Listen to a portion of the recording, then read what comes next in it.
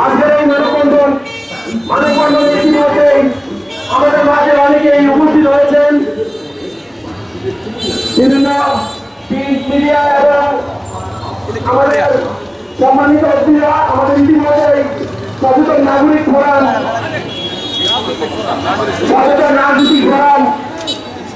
কিন্তু অনেকদিন ধরে পরিকল্পনা করা হয়েছে এই কর্মসূচি বাস্তবায়ন করার জন্য।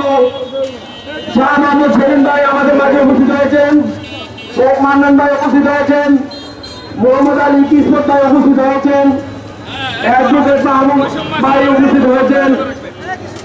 নিরাপদ চালক চাই সমন্বয়ে সকল সাংস্কৃতিক সামাজিক সংগঠনের সমন্বয়ে আজকে ঐতিহ্যবাহী টাউন হলের সামনে অবস্থান করার জন্য বিনীতভাবে অনুরোধ করছি। আমি অনুষ্ঠানটি পরিচালনা করার জন্য সচেতন রাজনীতি ফোরামের সম্মানিত সমন্বয়ক শেখ আব্দুল মান্নান ভাইকে বিনীতভাবে অনুরোধ করছি।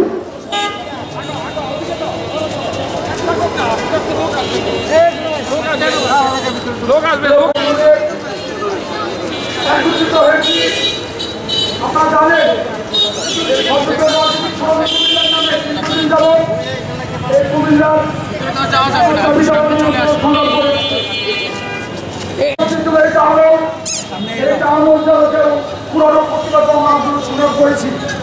আমরা প্রতিবাদ জানিয়েছি নৈরাজ্যের বিরুদ্ধে, আমরা শান্তির পক্ষে কথা বলেছি।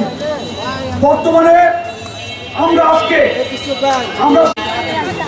ঢাকা কুমিল্লা সরাসরি রেলপথ তৈরি করা চালু করা এবং আমাদের যে বন্ধ বিমানবন্দর সেই বিমানবন্দর চালু করার জন্য আমরা আহ্বান জানিয়েছি এবং আজকে তার প্রেক্ষিতে আজকে সচেতন রাজনীতি ফোরাম আমরা একত্রিত হয়েছি মানববন্ধন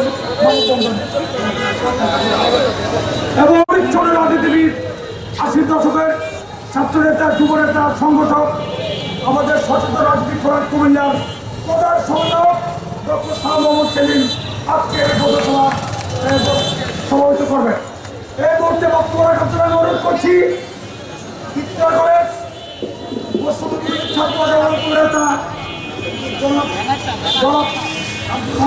রাসেল খান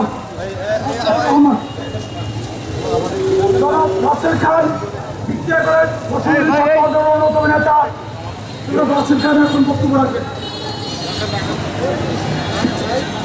আমার সোনার বাংলায় বৈষম্যের ঠাঁই নাই।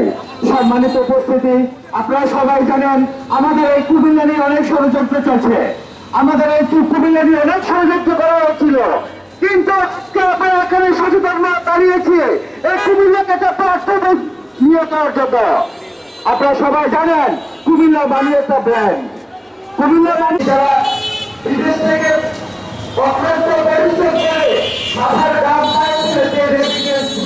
সবচেয়ে বেশি কুমিল্লা, কিন্তু সেই কুমিল্লার প্রবলিত কারণ কুমিল্লাতে কোনো বিমানবন্দর নেই, কেন থাকবে না? এই বৈষম্যের ফলে বাংলাদেশ হবে না। তাই আসুন সবাই ঐক্য করতে থাকি, সবাই সবার পাশে থাকি এবং আমরা সবাই একত্রিত হয়ে এই কুমিল্লাকে একটি বড় কুমিল্লা হিসেবে রূপান্তরিত করি। সম্মানিত উপস্থিতি, আপনারা সেটাও জানেন এই সময় আমরা এই কুমিল্লা রাজ্যটা ছিল কু নামে একটি প্রবাসী, কিন্তু আমরা সেই কু নামে থাকতে চাই না। যদি ধন্যবাদ কুমিল্লাবাসী আমাদের মাঝে উপস্থিত হয়েছেন মাধ্যমিক শিক্ষক পরিষদের সভাপতি